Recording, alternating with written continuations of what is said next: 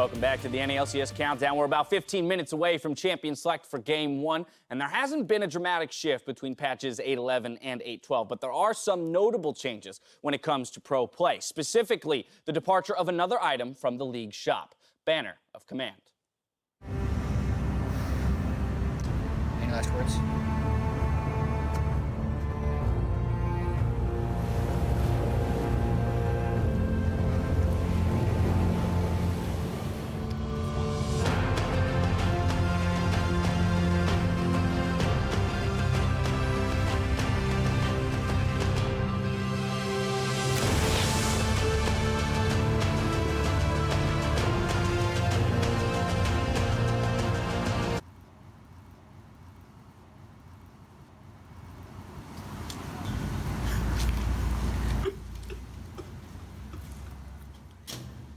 Tough loss. Yeah. That's a tough loss.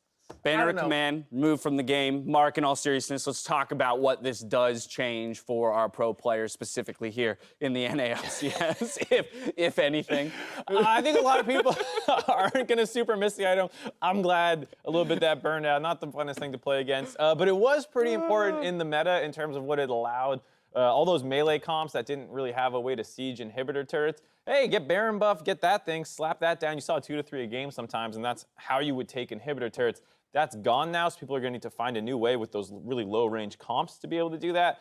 Combine that with the marksman buffs for the crit building marksman, and you might see a lot more standard play coming into the 8.12 patch. Right, not only Infinity Edge, but Storm Razor got a small buff as well. So possibility that marksmen a little bit more legitimized here in 8.12 than they were in 8.11. And while plenty has changed since Spring Split, Jat wants to highlight what's persisted from patch to patch. So take it away.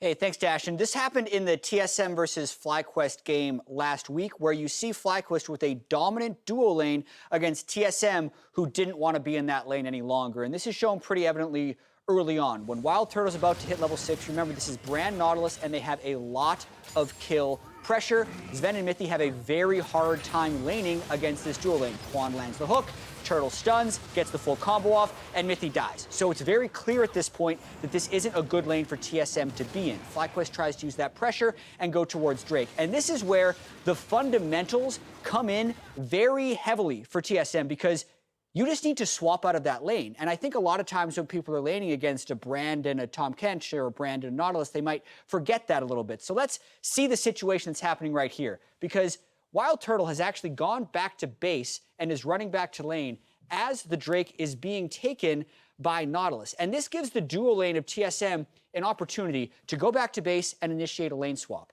The rest of TSM has to work in tandem with this, because they have Griggs Trundle, who's in base and needs to run top lane, and also Bjergsen can arrive top lane. And they're going to use the pressure from the Drake timing and Turtle going back to base to get top lane and gank Flames Darius. So let's just watch this play out and see how TSM does it and how FlyQuest responds to it. So one thing that happens is FlyQuest doesn't really sense that it's coming. They're not predicting this whatsoever. So Keen is still cheating towards Drake. All the while, all of TSM is running top lane to set up this gank. So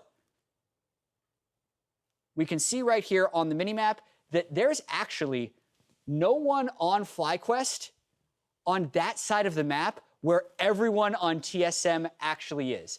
There is Bjergsen getting pinged on a ward, and Grig is also walking over ward at the time. So danger is imminent for Flame, but he doesn't quite realize just how dire the situation is. And based on the fact that none of FlyQuest is actually prepped to take the turret or get any additional objectives beyond the Infernal Drake they killed about 30 seconds prior, means Flame needs to get out of there. Unfortunately for Flame, he's kind of in the wrong spot. He pretty much would already need to be behind his turret by the time he has seen Bjergsen and Trundle coming towards him. So let's just see kind of how dire it is. He does a little bit of a stutter step, probably shouldn't have walked up to that wave. And at this point, he's pretty much already dead. He's trying to save his flash until after the Trundle pillar, but TSM has such numbers advantage that even after Flame's flash, they're still able to kill him, and the Nautilus comes in far too late. And the main point of this was more so that the fundamentals of League haven't changed just because you're not seeing marksman versus marksman in the bottom lane, and the TSM can still use the macro play to get advantages in the game. That's a lane that they lost, but they turned it into a kill on top lane Darius and the first turret of the game for about a 2,000 gold advantage. Right, and it's not some novel idea that, hey, macro is still important or relevant, but it highlights the importance that when so many other things are considered in a crazy state or in a state that has not existed yet before in League of Legends, it almost puts more importance on the fundamentals as your baseline from which you can work from. Yeah, everyone is talking about all the crazy picks that can come in, but if you're getting countered out in the bot lane or the top lane or whatever it is, there's still ways to break out of the laning phase and get it into this more macro-focused game plan, and this was the perfect example of doing that when TSM is like, oh crap, our bot lane's gonna keep dying from here, let's break it open. With all of these taken into consideration, I've prepared some over-unders for you guys for this weekend's or today's game. So first up, we're looking at the combined kills per minute, across the games today in the NALCS. We're putting the line at 0.7. The context, week 1's combined kills per minute was 0.72, so just barely over. I'm going under. Fake out. I pointed up, I'm going down. I'm going under. Yeah. Yeah, no, I just want to see if I was going to bait you and you're going to be like, yeah, over. No, I'm taking the under on this. I think with that marksman stuff we were highlighting probably becoming more in the meta, I expect the game to slow down a little bit and not quite be as bloody, whereas a lot of times you're seeing level 1 first bloods from people not understanding matchups. Like Vladimir contributed to 2 deaths 2 minutes into the game. Yeah, and also around Spring Split, the combined kills per minute was around 0.55. I'm also going under because I do feel like, especially watching NA Academy, which at this point I feel like is a pretty good precursor for what type of picks we're going to see in the NALCS, it's getting a little bit back to where it was in the spring, and I think for that, the combined kills is going to go down a little bit. All right, under for both of you on that one. The next one we're looking at is the average game time. We're setting the bar at 32:30. Context on this one, the average game time for week 1 was 31:42. So again, indexing above. We already talked about some changes, Mark, that might force a longer game time here in week 2. And that is exactly why I'm going over for this one. Same line of logic. I think the game will slow down. I think people will return to a lot more comfort picks and they know how to play the game out from there. Less deaths in lane, less snowballing all around, the changes that came in. All that indicates to me a slower game time coming up. Yeah, well, I'm going to go under because I think there's a few competing factors. A, the over-under is set higher than the average time was last week. And also, I think as the split progresses, we usually see games trend downwards as teams get a little more polished in how they close out games. But it's a tough one because banner being removed and what I think the potential for a few more wave clear picks to come back could slow it down. I'm just going to edge under. And while we talk about some changes that perhaps made marksmen more viable, the last category we have here for the over-unders is the number of marksmen that will be picked. We're putting the line at 12.5. Context is that there were 12 marksmen chosen within week 1's games. I will throw this out there. Marksmen picked in any lane will still count towards this number. So if you have a Kai'Sa jungle, still considered to be a part of this number. But Graves doesn't count, correct? Graves does not Graves count. doesn't count. All right, so I'm going to go over. I think just more marksmen in general will be seen in the bot lane, as well as the fact that you count the Kai'Sa. If anyone finally does a super gold funnel strategy here in North America, we'll probably see one of those there. Yeah, we even saw Lucian mid getting funneled over in Europe. I'm going to go over as well, mainly because of the poor play I saw on non-marksmen by the marksman players. Everyone's scared off now? Yeah, kind of, because even in the LCK where I felt like their non-marksman bot lane play was better, they're still actually trending a little bit more back in that direction because of things like wave clear and like reliable late game that I think NA teams are going to jump on. Yeah, do you double down on the non-marksmen and try and learn them even more, or do you go back to comfort and go back to what you know? That's a question left for our teams to determine. If you need some help combing through the numbers of the patch, tune into the Freak Show, though, where David Freak Turley crunches the numbers and how those numbers might impact pro play. Before we hear from the two of you weigh in on the matches, let's hear who the fans believe will succeed today.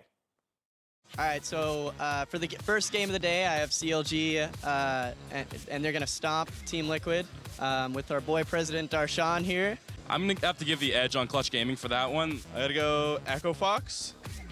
I think Huni's going to go toe-to-toe with Power of Evil in the mid lane. So I'll go for that. 100 Thieves. I'm going to pick 100 Thieves for that one. They've been kind of in this slump lately, but I think this is the week where they can pull it back and hopefully bring it back and do way better this week. So Golden Guardians, because Cloud9 is having some roster issues right now. And Golden Guardians did pretty good against TL last week, so they should have some sort of advantage because they are on a winning streak. Thoughts from some of our fans in attendance today. I want to compare those to your guys' predictions as you've laid them out here for week 2, day 1. You two entirely aligned across all 5 games today. Stop copying my homework. But that highlights 3 major differences between you guys and the fans, being in those first 2 games and the 5th game of the day. Classic mistake by the CLG fan, though. Believing in them, you can't predict CLG. Darshan's going to lose the game for him. Yep. Yeah, the clutch gaming one also, if you're basing it off of what happened in spring split, would make sense. But I'm all in on TSM this split after like 2 games. I like it. I like it. Commitment. I think the closest one for me was surprisingly actually the 100 Thieves FlyQuest one. Yeah. Both teams haven't looked Winless great. teams. Yeah, haven't looked great. And it is a better patch, I guess, for Cody Sun, who was their all-pro bot laner. But it does feel like FlyQuest has done better in the meta thus far. At least they're trying things, and they have the ability to surprise them. So I almost flip-flopped there, but I did stay with 100. All right, well, Mark, there was one person counting on your support. So let's go ahead and take a listen to this real quick, see if you want to change your predictions. But my boy Mark Z always has our back. I figured it out. He was only hating on us so we would get better. But now he always has our back. Yeah. Is that true, Mark? Yeah. You were hating on them because you knew they could get better and you wanted them to get better. 100%. Have they shown you what they need to show you in order no. for you to flip-flop on your prediction? No, there? I'm still betting against them. Withdrawing your support. I just think it's amazing. I'm that still Mark betting is the against one them. getting all the flack for clutch gaming. Listen, it's early in the split. I can't vouch for them yet. They need to lose a little bit early. Right, they gotta beat TSM, as we said. Yeah, That's how you gotta beat TSM to be legitimized. So I'm saying they're gonna lose today, so they win, and then I can take the credit. And then from that point onward, you can go ahead and take their Yeah. side. Jack, anything else to add in there on the predictions game? There was a fan prediction for Golden Guardians citing their win over Team Liquid, which was our most dominant and fastest win of the summer split so far. But again, a lot of people still look at Team Liquid as a team that, you know, as the reigning champions, index too strong for most to take. Exactly, and what happens early on in the game can decide the game more so than it did last split. And Golden Guardians had a lot of early advantages that they were unable to close out last year. So still, I'm gonna side with Cloud9. Fans got a good argument. Even with the roster. And predicting these games, Mark and I are at 60% currently. Crushing it.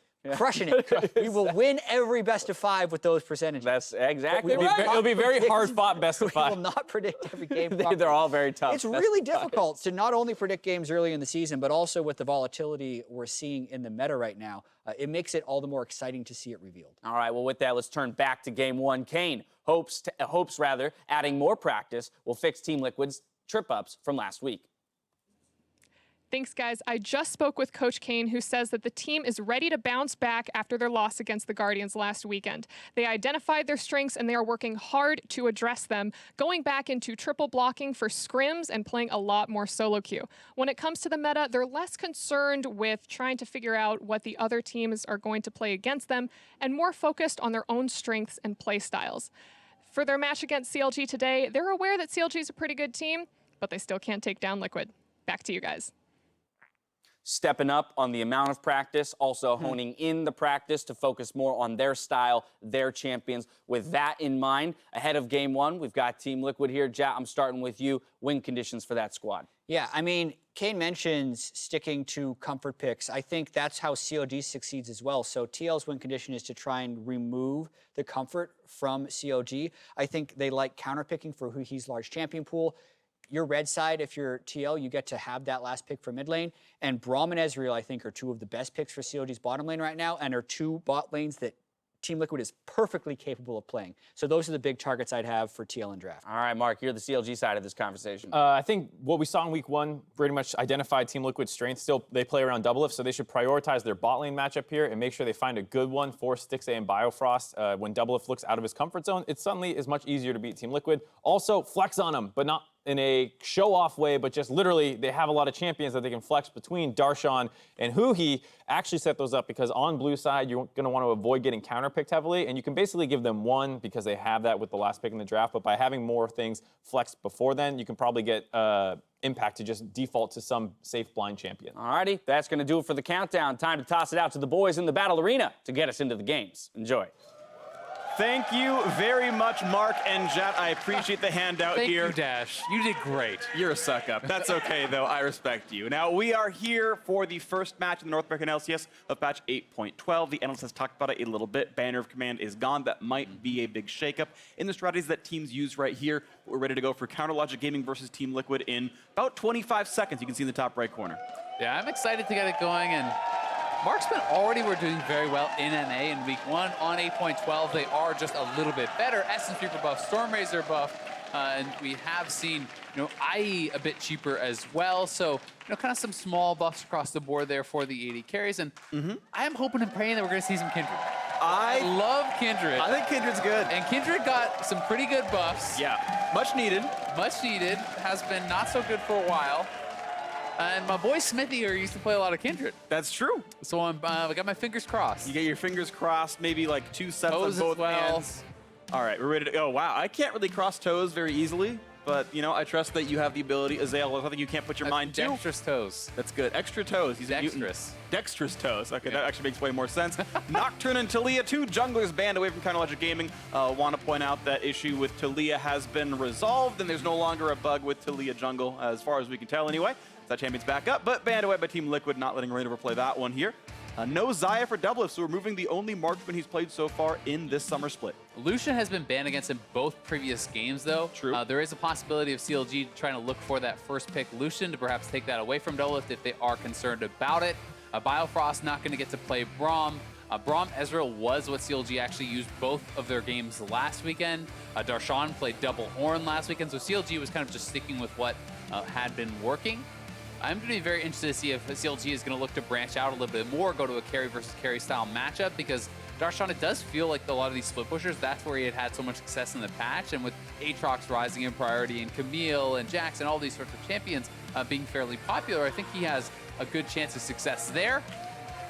And we've already got a Kai'Sa locked in for this one. I do kind of expect it to be Kai'Sa bot lane right now, just by the fact that Irelia is there. I think Irelia 90% of the time is going to be a mid laner there, and I don't really expect like Doublelift Irelia with like super Kai'Sa mid. Yeah, unless they're doing something super wacky where they're swapping around the players into different roles and these sorts of things, you do have to take into consideration, when you are drafting against them. Looks like it's going to be 3 for 3 on Ornn for Darshan. Again, unless that is swapped to a support or something like that. But as of now, expecting Doublelift to be right back on the marksman. Very likely a Pobelter Irelia mid. We'll see where they're going to go from here. Absolutely. Okay, so one final pick for Counter Logic Gaming before the bans, and one final pick for Team Liquid right after that one. 8 seconds to go till CLG figure out what they want to go for. And Sejuani, 8.12 saw buffs to the champion. A lot more ability power ratios on the kit, most notably Runic Echoes into full tank seems to be the jungle build here, and based on the picks, you expect that to be a Sejuani for Reignover. Yeah, and the clear has gotten a little bit better. There is no internal cooldown, and actually stacking up the stun on monsters in the jungle there, so that is going to help Sejuani out with the early clear. And a pretty beefy front line already coming in here for CLG. I do like Trundle a lot for Xmithie as the answer, being able to have this specifically against Sejuani. Sejuani with her passive has so much extra armor to MR. If you actually alter before that breaks, then she breaks, loses that, and especially with Aftershock, can actually go into negative resistances and even take true damage. Yeah, we'll see a really big deal. We'll see if Reignover actually wants to go, fleet footwork. We saw that pick earlier today in EU, which was kind of a throwback to the older Sejuani style for a better clear, and perhaps just try to negate some of the disadvantage that you have with that interaction of Aftershock kind of sometimes working in favor of the Trundle, with him being able to ult you during that.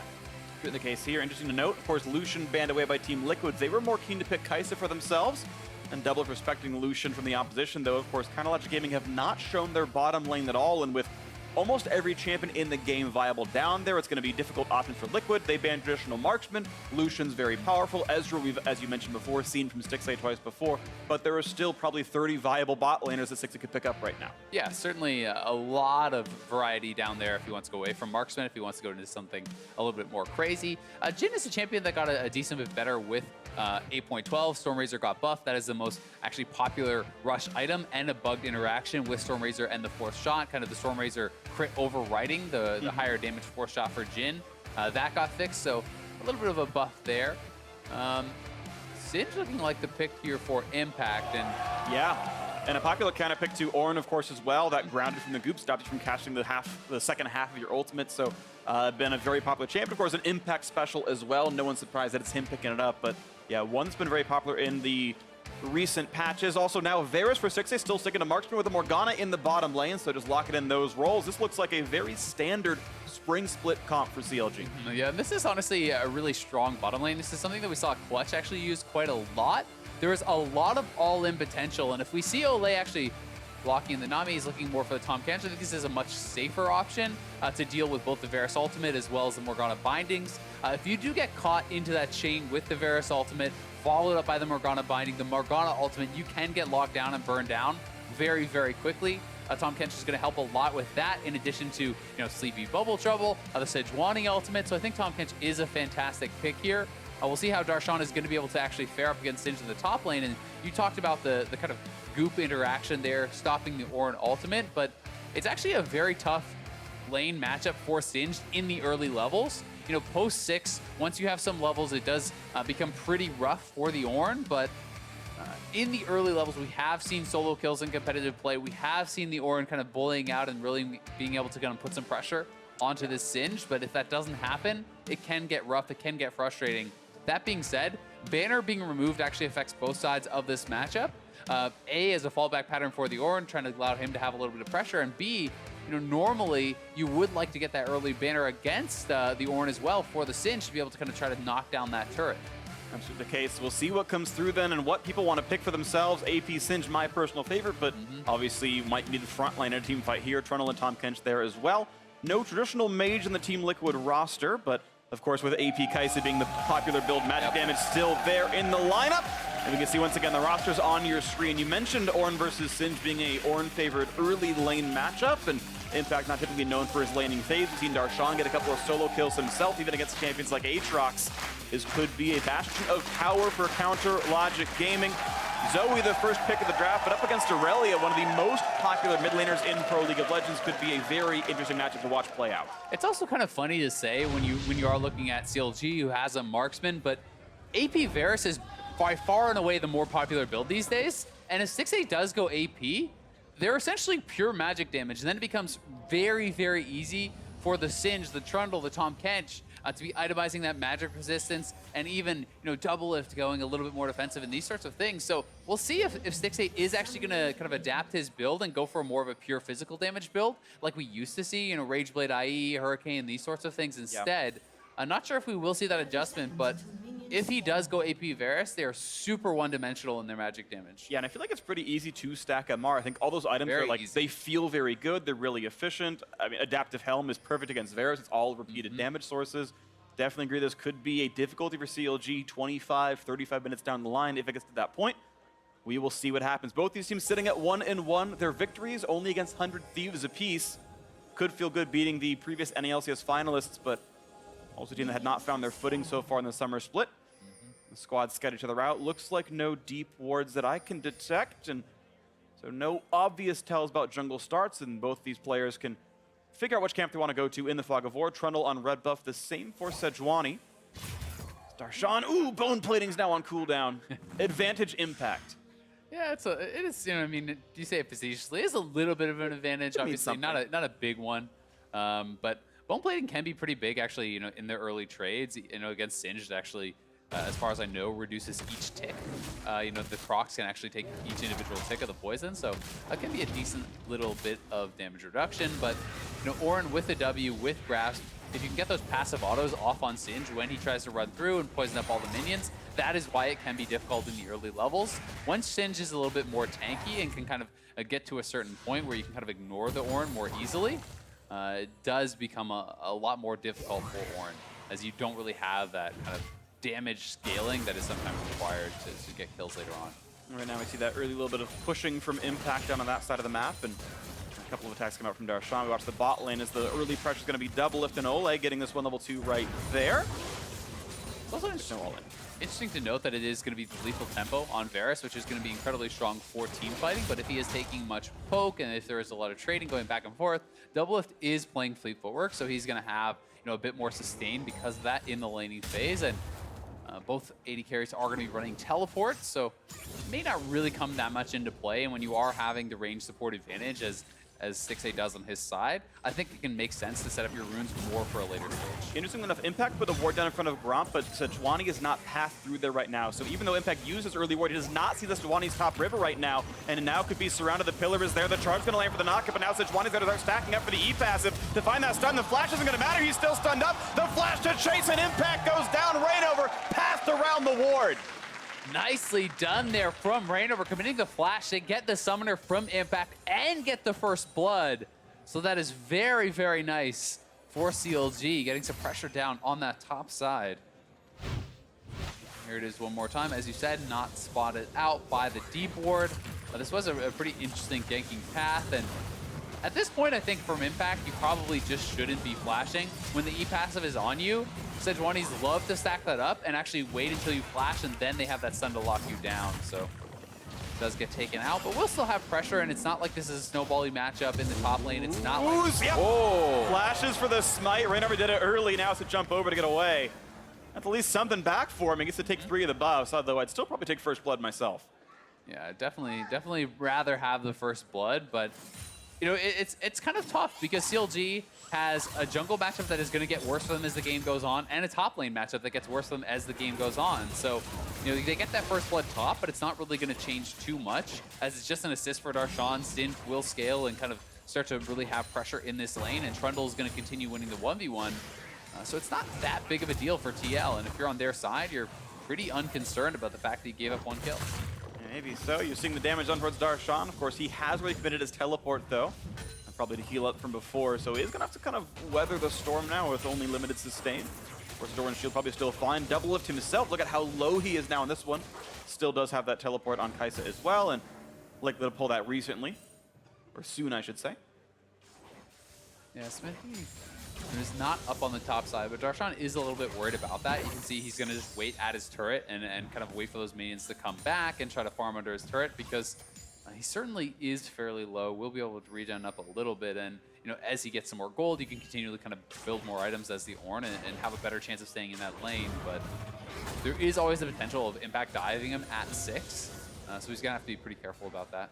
Definitely agree. So watch the health bar as about the 6th minute ticks around. Well, he has a flash, Darshan, and as we'll see how it goes when that comes through, though, as Impact still again running and looking for that flank. Can't quite get that, but that could have been several hundred damage yet again if he'd managed to land that. Either way, clears the wave, and a little bit low on mana, but probably okay to stay in for now. Xmithie, nice grab, gets the scuttle, actually a level up as well. Even the Drake is helping. Everything on the map helping to kill off. Reignover gets a black shield and has to jump the wall, but so injured. Sejuani losing a lot of the map now. Yeah, really starting to get pressured out. I mean, that time spent on the top side, the fact that he lost his blue, gets pushed back to base, now getting chunked out again, is really kind of giving the tempo advantage to Xmithie in the jungle. And Xmithie now using this time to get up top. We can see Darshan put this ward earlier. We'll see if he's going to be able to actually get out of there. Yeah, his flash was blown, though. So that is worth noting that that was actually a flash blown in the 1v1. That was off screen. So Impact able to force that 1v1 flash, as he may have hit 6 earlier. We didn't see exactly what happened there, but we'll be more vulnerable as a result. Yeah, definitely something to watch for. You saw that gank hit almost come through, but of course he did get away from it in time. A good, sort of reasonably deeply placed ward. Nice redemption picked up. That's a great early item get for huhi. Might be give some health over to Reignover in his jungle. He's having a few struggles over there. You can see the wards that TL has actually put down here on the bottom side around this Infernal. I'm sure they would love to really kind of utilize their pressure that they have built up now and try to get that early Infernal. You know, as of now, Xmithie is definitely ahead. You can see that Impact is kind of having the pressure advantage up there, and you know, Xmithie, as he hits 6, they may be able to kind of look around that dragon for an early Infernal. We'll see, as you mentioned, those control wards down there. We saw the Spectres point over it a little while ago as well. Doublelift this time teleportless, and even despite the fact he's got fleet footwork, now so low on health, he's actually getting pushed out of this lane. You mentioned it before, this is a very strong duo, this Varus Morgana poke duo, and with an Infernal Drake up, this might be a very good time to start playing for that Drake on CLG's side, despite those liquid wards. Instead, it looks like a recall out for Biofrost, and they're just going to sort of be satisfied with the fact that they've denied one wave away from Doublelift. Yeah, and as of now, it's kind of just a bit of a stalemate because CLG has the bottom lane advantage, because TL is stronger with their jungler and top laner right now, it is seeming. So we'll kind of see how these two teams want to play it out. And TPs are going to be up fairly soon for the top laners. So Ornn does have strong, team fight at level 6. Reignover is now level 6. So there's a ton of AoE CC that's going to be coming out as Stixxay hits 6, Biofrost hits 6. You have like 4 AoE crowd control ultimates coming out from CLG, and maybe that's what they want to wait for and then try to fight around that. Even if you're weaker in the 1v1s, it's not necessarily going to matter if you are kind of matching up around that Infernal. Yeah, I agree with you. CLG definitely looking like they've indexed toward team fighting power, and it is something that's pretty good to play around. Is, hey, make sure you play to your win conditions, play towards your champion's strengths, and Biofrost not too far from 6, a wave or 2, but the rest of them have it. Might be a place to go for as the Scuttle's picked up, and right now, still to look at that Drake. They will kill another ward. Oh, he stole 10 gold from huhi, but that's all right. We'll forgive him. He killed a ward. Yeah, clearing out a lot of that vision, so a lot of the kind of advantage that Teal had around that dragon is now gone. It's Scuttle control to CLG's side, and at the very least, that is going to help them to deny away. Nice bit of play there, and even with, nice juke gets away from the Battlestar as well. Now Darshan taking some health damage on the top side as Xmithie's around, wants to go for the repeat on this blue buff. Reignover's nearby. Smites are actually plus level 2 Reignover, 7 now on the Sejuani. The smite as well, though, from Sophie. Good luck winning this battle then, as Impact is here to play, and in this 3v2, it's going to be Team Liquid disengaging, but with that ward in there, always a chance for a steal. Pobelter is pushing in, though, and this is going to actually force huhi to go back to mid to clear that out, so TL may have the numbers advantage around here for a short time. huhi, though, clearing out the wave, will come back, and this could be potentially a 3v3, but it looks like CLG is saying, nope, we've given up the positioning, and that's another blue buff going TL's way. Well, that is nice. Xmithie gets the smite right there, and the gold still only within 400 despite that first blood from before. Doublelift resetting the bottom lane, only down 9 himself, probably going to stay alive for a little while. We look now, some pillars are there. Reignover waiting in the brush. No dive going to come through. Didn't want to pull the trigger on that. Sejuani was ready. Ultimate Prime. Instead, they go for the other side blue, maybe towards that bottom lane. But flashes and ult still available for Team Liquid, going to make that hard to fight for. And now potentially trying to go for a 4-man dive. They're going to TP in 5-man bot. All right, they've got the root onto one. The sun's going to come land as well, but he's got a stopwatch, buy some time. Here comes the Ornn. Looking for the knock-up, looking for something to do, but there's not going to be any kills picked up. The goop slows him down. Now in towards the Singe. He's right in the front, but he's going to be able to lock away easily, and Pobelter cleans up Biofrost. Counter Logic Gaming routed, forced to run away, but will they find more? No other kills. CLG's dive does not work out. Yeah, 10 men bottom, but the only one they're able to really get onto is the Tahm Kench, who had a stopwatch available. He's able to buy so much time there, and the CLG dive really amounts to nothing. TP coming in earlier here from Darshan. Biofrost flashing forward, but Doublelift able to break the tether, and then your only real target is actually over onto Olleh, it looks like. Olleh flashes out of the Ornn stun. CLG gets completely split. All of TL is collapsing, and they're going to go positive on the play, picking up 1 kill. And we did see like the Ornn Sejuani duo try to 2-man Doublelift. He ulted to get over Sedge, then flashed the Ornn Call of the Forge God. So well played overall. Everyone on Liquid did a really good job on that one. That duo lane showing up nicely, and with the collapse, that's a good kill. Equalized that score, and Team Liquid now up 200 to 300 gold. As Biofrost knocks down that ward himself, who gets a bit of wave control, and wait for one maybe more reset for CLG. Waiting to see what happens to that Drake sometime soon. Now Xmithie, he's coming up towards this one actually. Now a 2v1, and this could be bad for Darshan. Does have flash. Of course, the rest of CLG coming by as well, so a fling is in, but it's still a fairly healthy Ornn. He's gonna lock away his charge already on cooldown. Reignover gets the scuttle, and out they go, no kills. Still able to clear out Pink, though. We'll kind of back off for now. Maybe able to clear out a little bit more vision around this area. They really are trying to very heavily pressure this top side of the map. Knowing that Impact is going to have the pressure, he's going to have the advantage on this Singe compared to the Ornn. We'll be pushing him in most of the time, and a lot of nice damage there, though, from Darshan. And I'm going to be interested to see what Impact goes for as far as his first item. Is it actually going to be something like the Leandries, or just even Rylai's into pure tank? Both can be pretty strong options. If you do want to kind of go more for the team fight, it's generally just straight Rylai's in things like Righteous Glory or Irelia's, and then tanky from there in competitive play. Now, I gotta call something out, because this audience here ostensibly are League of Legends players. If you guys are so excited about wards, why don't you ever buy them in solo queue? I look at my mini-map, I see you guys. That thing's dark all the time. Yeah. Shout out support players. There's a lot more of them than there are of you, Freak. Yeah, but I got the high ground. We've all seen the prequels. I believe they're all great warders. They're the exception. They're the exception to the rule. That's why they cheer. They know. We have a crowd full of challenger players. Or they hate wards. That's why they like seeing them die. Okay. That's why they never buy them. That's what it is. It's one of the great mysteries of the world. We may never know. But back to the game. No, you're Some right. League of Legends happening here. Rage Blade's being bought up on both sides here for the 80 carries. And we won't find out for Stixxay really until his second item if he is going to go AP or go for kind of more of the old school builds. And I do really feel like it's going to be problematic for them if he goes full onto AP. It's going to be too easy perhaps for Xmithie and Impact to really itemize towards dealing with that. And you can see Olleh just using the ultimate to try to get Doublelift back to lane here as fast as possible. They're trying to keep this turret alive, but CLG is pressing. First turret based on how much time they have, but you're right, with Xmithie coming around, Reignover is there to help play defense. The pillar comes up. This might just slow him down. And Pobelter had first roam, but he's not going to collapse for that anymore. Now instead they're going to aggro for this Infernal Drake, and they have that temporary 4v3 plus Singed walking down the map, and Darshan has no TP, so Liquid for sure own the numbers advantage. It would only be a smite steal for Reignover. He's looking around on the sides, but he's not going to be in range or spot it. Nice pickup. Inferno goes over pretty cleanly to Team Liquid. Still, the chance to play for that bottom turret could be there. But now, again, Impact is around. The squad is nearby, except for Doubles, who's a bit far. Looking for Xmithie. They're going to find only a slow. A lot of damage on him, though. Here comes the Ornn call, and he's going to pop the stopwatch, stay alive. So will there be the re-engage? They found a lot of damage. They've got that kill picked up. 1 for 0. Stixxay gets that. And now Impact might just be rooted up, might be chased down as his health bar runs low. They find a bit more, but not going to get the kill. Doublelift snipes back a kill and takes down his old teammate.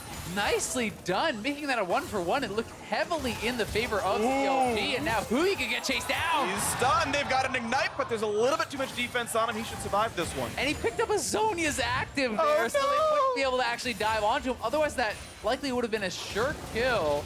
Does have the stopwatch available as well, so perhaps respecting both. Either way, TL able to get a lot more than you would expect from that situation. They have a very low turret bot. It looks like a CLG would be able to take that down. They instead are able to defend it, get the Infernal. Then CLG has a 5v3 mid, essentially. TL's able to trade a kill, keep their turret alive, get the Infernal Dragon, and definitely coming out on top in that exchange. Stixxay's Spidey senses that he might have been getting hit down in the bottom lane, but no dive just yet. So the Krugs go down over to Reignover. And they're going for Rift top. Like, this is really nice macro play here from TL. They know they will likely eventually lose this turret on the bottom side, but they're trying to delay. They're trying to get more objectives off of this, and that's going to be so frustrating. Just barely out of range there. Was Xmithie from Reignover, and Xmithie buying a lot of time here, allows them to kind of get some damage back, and now a fight over Rift Herald. Herald picked up already by Team Liquid, but now the Drowsy in the backline. Look for the re-engage. They got to force to run away. A nice pillar by some time, and this might be Darshan. Isolated, separated, and going down. He's building what he can, but not going to get that one. And now in goes Doublelift. He wants the backline. Look at a kill off Zoe. Can't quite get that one as huhi runs away, but Liquid picking up another objective off the map, and an early smite as this resets. But again, nice rotations there, utilizing the Tahm Kench ultimate, forces a flash out of huhi. They do eventually lose that first turret as expected, but they get the Rift Herald, they get a kill, they take away the blue buff for the 3rd straight time. They can clear even away this Gromp, trade a turret top. So this is just really smart play from TL, knowing that they're at a disadvantage in the 2v2 bot, moving around the map, delaying enough time that they are now going to be able to go positive in a lot of these trades. Absolutely here. 1,200 gold lead for Team Liquid as this top turret falls. And Liquid, if there's not going to be enough defense, can get another charge down at the tier 2. Looks like they're going to leave Herald alone. And Biofrost will get some damage, but it will still get the charge. This will be a 50% health turret as a result. As damage comes through, they'll clear that wave. Not much of a problem, though.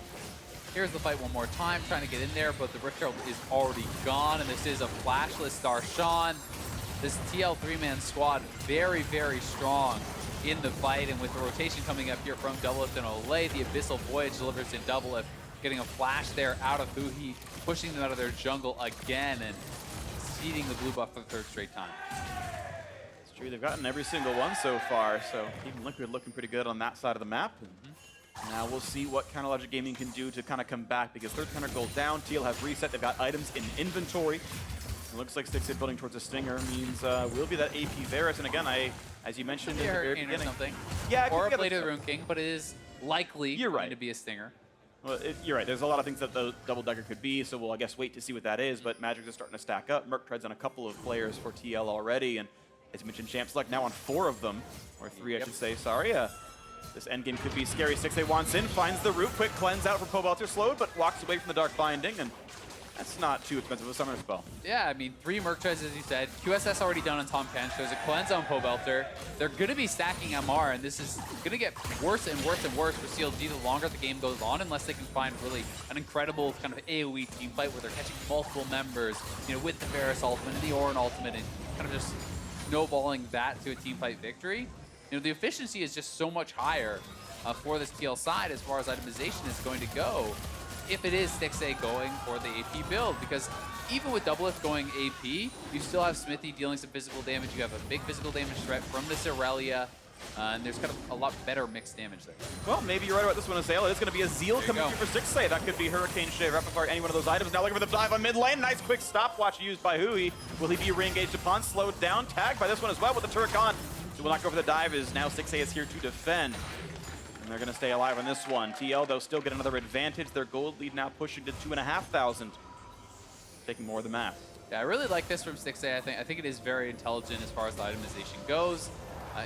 MR still may be the right choice overall because Varus always going to do some magic damage, and there's all magic damage coming out elsewhere. But at least is going to make it kind of more of a risk now for the frontliners, as he does go into Hurricane or Rapid Fire or whatever, into IE and these sorts of things.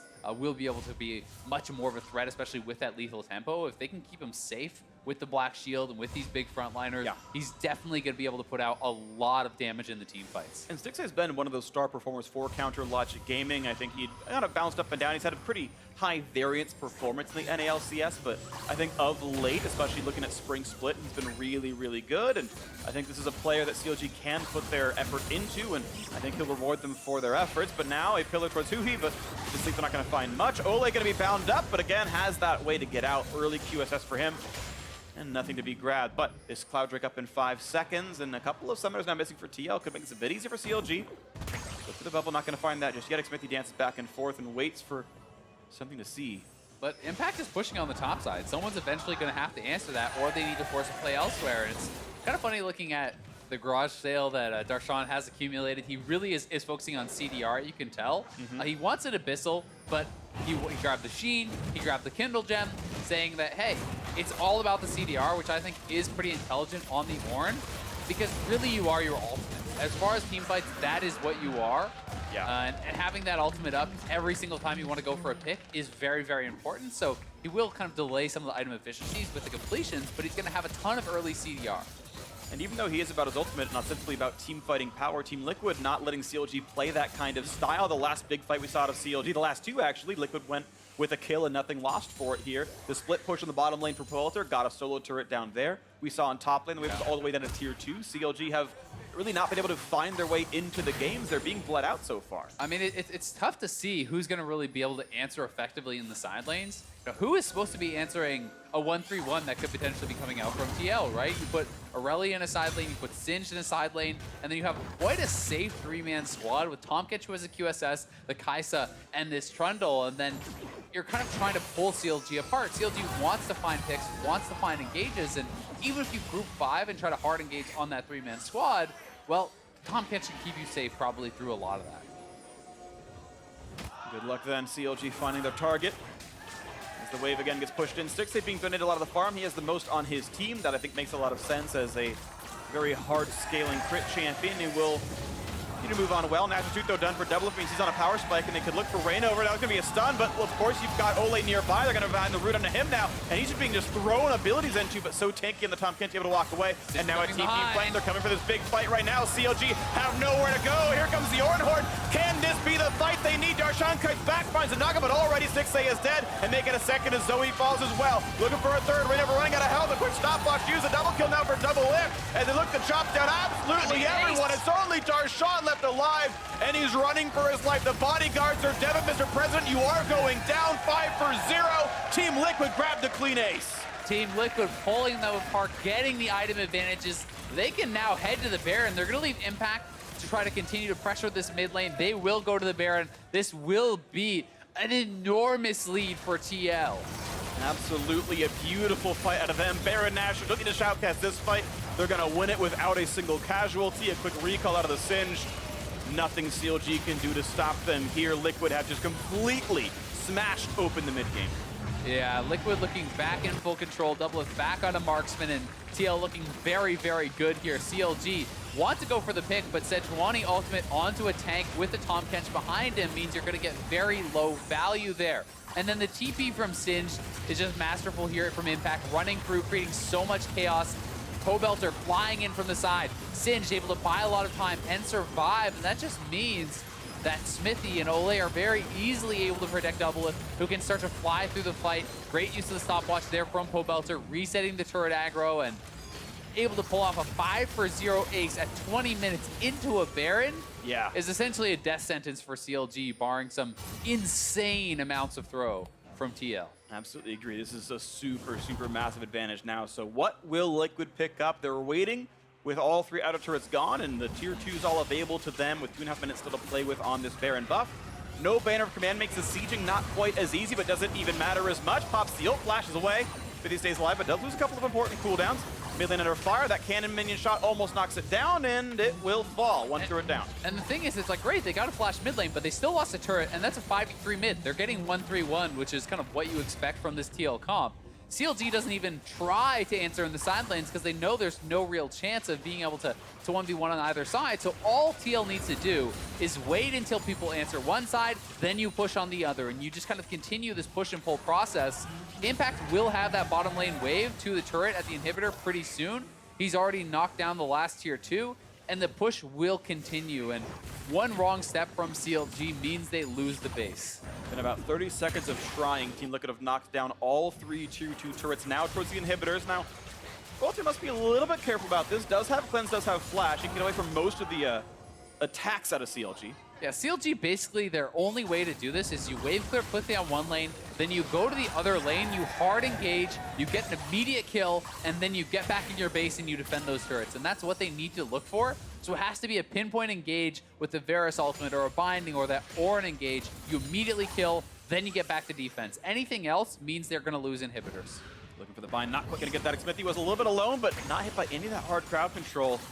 Able to walk away cleanly. The wave cleared once again, dealing a little bit of damage on the bottom side. Darshan chose to defend, but he's in a 1v3. An easy pickup down there. 5v4 with Baron buff on. Inhibitor turret's already gone. Yeah, really nice Abyssal Voyage. Olleh just uses the Tahm Kench ultimate, brings in Doublelift right on top of Darshan, who thought he was in a 1v1 against Impact, and that is an easy kill. The base is cracked, and they're straight onto the Nexus turrets here, looking for an end. Our last squish here, it's the 2 packs to go, but right now, gonna stay alive as they try to clear these minions out. But look at that, they defend bot lane, but top's already being pushed. But Walter finds another open inhibitor. He's still wailing away on that one, and Biofrost, not one who can stop him from doing this. The rest of the team will, though, force him to walk away. I mean, Xmithie is bringing in the mid lane wave, though. They're not planning on stopping anytime soon here. It's gonna have to be an engage from CLG, or they will be watching the rest of their base just slowly going down. The last wave of Baron, 20 seconds left on the buff. Inhibitor in the mid lane now open as well. Huhi finds something. Here comes the ult. They're looking for this one final fight. The knockups are there. They're going to find a stun, but no one's taking meaningful damage. Liquid, weather all the ultimates and has killed 2 more inhibitors. It's an open base at this point. Nexus turret's the only thing standing from them and defeat as CLG wait for their opportunity, but just have not found anything. And for TL, I think at this point you just reset. Baron buff expired. They're going to have a tremendous amount of gold in their pockets. I mean, 3K gold here on Pobelter, 2,800 on Doublelift, 2,600 on Impact, and another 4K are essentially combined between Xmithie and Olleh. They can spend up an enormous amount of gold. That's like 14,000 gold in their pockets. Yeah, what's crazy about that is this gold lead here, this like 38 to 53. In inventory, it's like 38 to 43. Yeah. Right? 38 to 40, something like that. And they were already smashing the base. So now reset. Now it is really 39 to 53. And Liquid are, as you mentioned, with so much gold ready to spend, upgrade 1.5 million items. Guardian Angel now done for Pobelter. No more deaths for him in this game except for a fountain dive. And this is all over but the crying. Yeah, there's just, you know, CLG didn't really find their opportunity. TL just pulled them apart so well with the advantages with this split push comp. If you fall behind as a 5v5 team fighting comp against split push, this is how the game will look if it is executed correctly. And TL has been looking so clean. It's just interesting to see this game and their first game. If you had only watched those and not watched their Golden Guardians game, you'd be like, damn, TL is looking amazing. But you know, that one Golden Guardians game, they got pulled completely apart, and you know, that is kind of the blemish on their record right now. Now we'll see what happens. The stun's going to come through and not actually find a single soul. Now in the front line is Pobelter. He's going to lose the Guardian Angel. But Biofrost at 5 HP has to run away. Impact on the chase. Going to look for someone. Flashes in. Finds his Stixxay's gone as well. 5 HP to close one out as huhi's running away with Ignite on him, trying to stay alive. He might just do so, but it does not matter if he is, because this is going to be the base falling down. The Nexus turrets to fall. Huhi's still on the run. Doesn't want to die, and he might not, but his base certainly will. A 28-minute win for Team Liquid. An absolute slaughter. Team Liquid coming out today, firing on all cylinders, looking so good. Really playing this draft well. The first blood went to CLG, but that was really about all that went their way. Yeah. Not really able to get anything going. They had the 2v2 pressure on bot side, but TL able to delay the turret going down, get the Infernal, take down the Rift Herald, rotate top, knock down turrets, and really just played this kind of split push, spread pressure style game so incredibly well. So CLG never got the 5v5 they drafted for. Yeah, they really never did. And the battles they did find, they got flanked in and surrounded, and it was just very brutal for them. So well played to Team Liquid. Your reigning NALCS champions, sitting now 2-1. Very near to first place right here. Logic Gaming, of course, had their worst split ever in spring, a 7th place finish, missing playoffs, and sadly for them, it's a 1-2 start, so still work to be had. We'll see what they can do tomorrow against Clutch Gaming.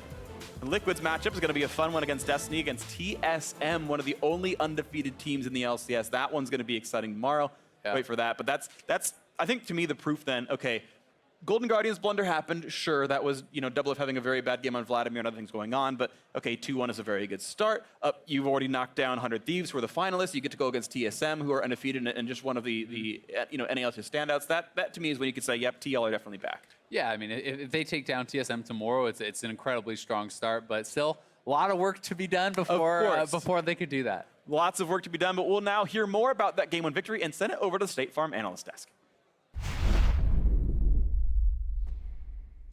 Thank you very much, Freak. In just a few moments, we're going to hear from Olleh, who will be interviewing with Avli. Before we get to that, though, let's talk about the victory here put together by Team Liquid. Jat, we laid out some win conditions at the top of the day for both of these teams, as your team was ultimately victorious. I wanted to take a look at how well they aligned with what you had thrown out there as their win conditions. I think they did it. I said they should counterpick mid lane, which was easy when they're going to first pick the Zoe. Irelia was a serviceable counterpick. And then I said get rid of Braum, Ezreal bottom lane. First phase ban was Braum, second phase ban was Ezreal.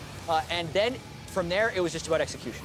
Yep, and CLG did not do what I said. This was a really good play by TL's bot lane. They split up, which forced Biofrost to try and pick between the two. He doesn't choose either, and the tether breaks on both. Really nice timing on the stopwatch to dodge out on a bunch of CC, plus the flash away. On the top side of the fight, Doublelift was also kiting out very well, using his ultimate and flash to get out of that situation. That left CLG stuck behind the turret, and they pick up that one kill. Yeah, and this is another situation here where this is actually a good play by CLG, and TL is just out executing in the moment. Look at how close it is to having both people near the turret die. Impact almost dies. You can see Pobelter almost goes down. A snipe randomly looks like it comes through to turn it into a 1-to-1. And eventually the scaling hits for Team Liquid, where they kind of really just break the game open with this fight. Right, caught in a bad position. CLG is here. The ace ultimately going to come through for Team Liquid. From there, the advantage too great for CLG to come back from, especially with the scaling advantage that Team Liquid has. Yeah, both teams take very standard comps. This is stuff you easily would have seen in previous metas, and then I think it really came down to CLG just kind of getting out-executed. That dive, very easily, if Biofrost just cut back and focused Olleh to get his tether off on him, they get the stun, they get the chain CC, they kill him. They do neither. Team Liquid plays it very well, and that happened a couple times over the course of the game that they finally get that one back-breaking fight. Yeah, and I think we're going to have a decent number of games like this early on in the season, where when you see this scoreboard, you see 28-minute victory, 11-2. Man, TL blasted them.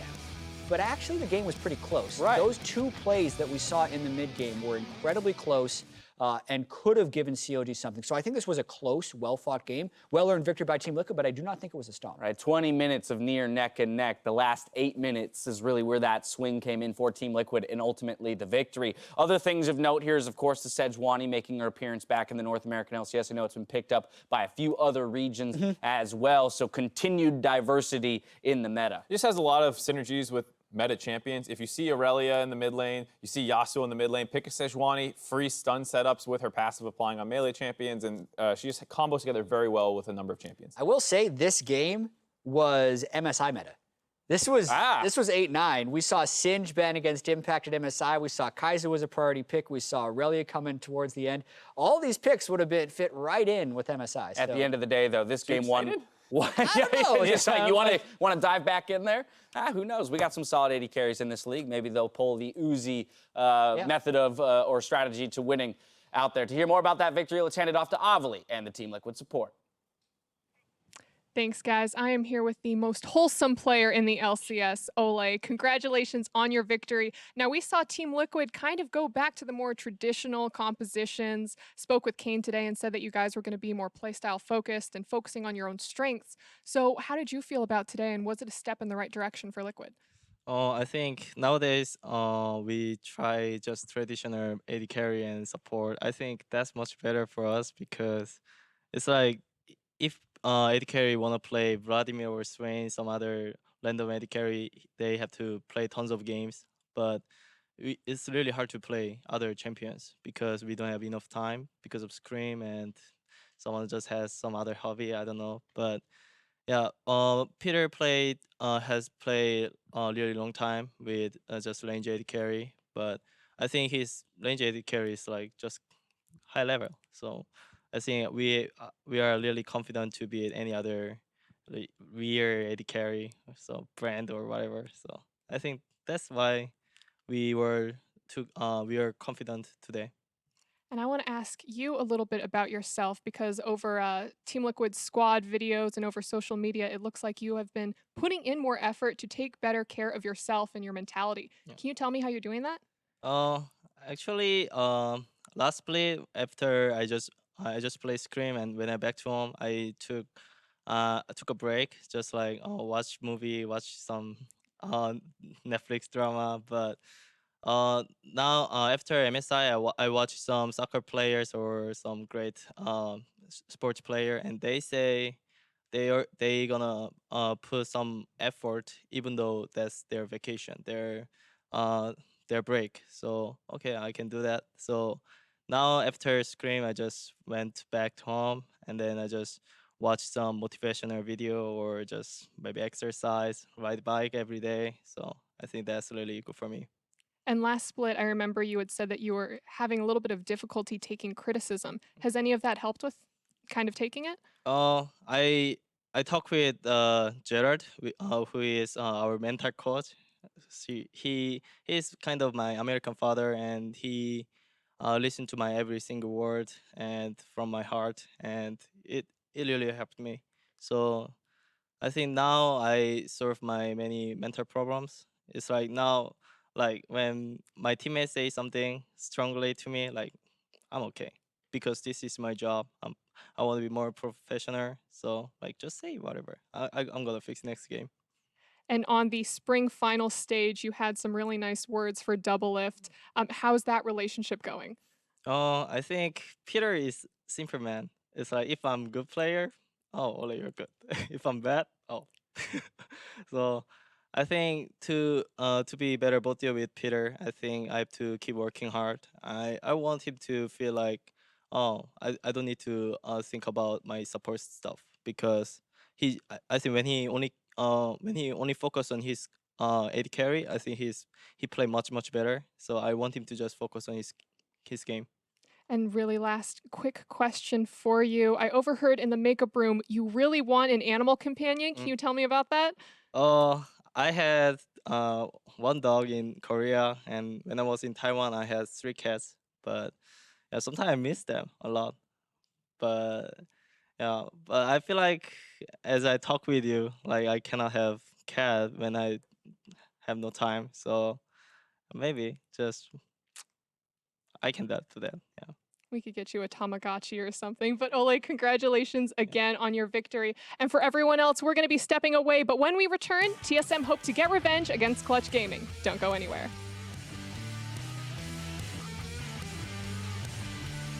The charge's gonna land for the knockup, but now Sejuani's gonna start stacking up for the E passive to find that stun. The flash isn't gonna matter, he's still stunned up. The flash to chase and impact goes down. I think I need flash. Okay, I'm fine now. He dead. I got one. Nice. That was really good. Darshan kites back, finds a knockup, but already Stixxay is dead, and they get a second as Zoe falls as well. Looking for a third, Reignover running out of health, a quick stopwatch, use a double kill now for Doublelift. Oh, he's gonna lose the Guardian Angel, but Biofrost at 5 HP has to run away. Impact on the chase, gonna look for someone, flashes in, finds it, Stixxay's gone as well. An absolute slaughter. Team Liquid coming out today.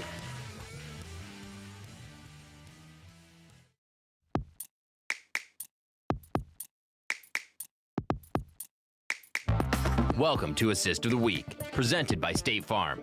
Since we know the importance of lending a hand, we want to highlight players and plays that help the team bring home the big W. If you have a favorite assist from this week that you want us to highlight, tweet the clip with the hashtag NALCS and the hashtag State Farm Assist, and we may feature it in a future episode. So get out there and bring some support.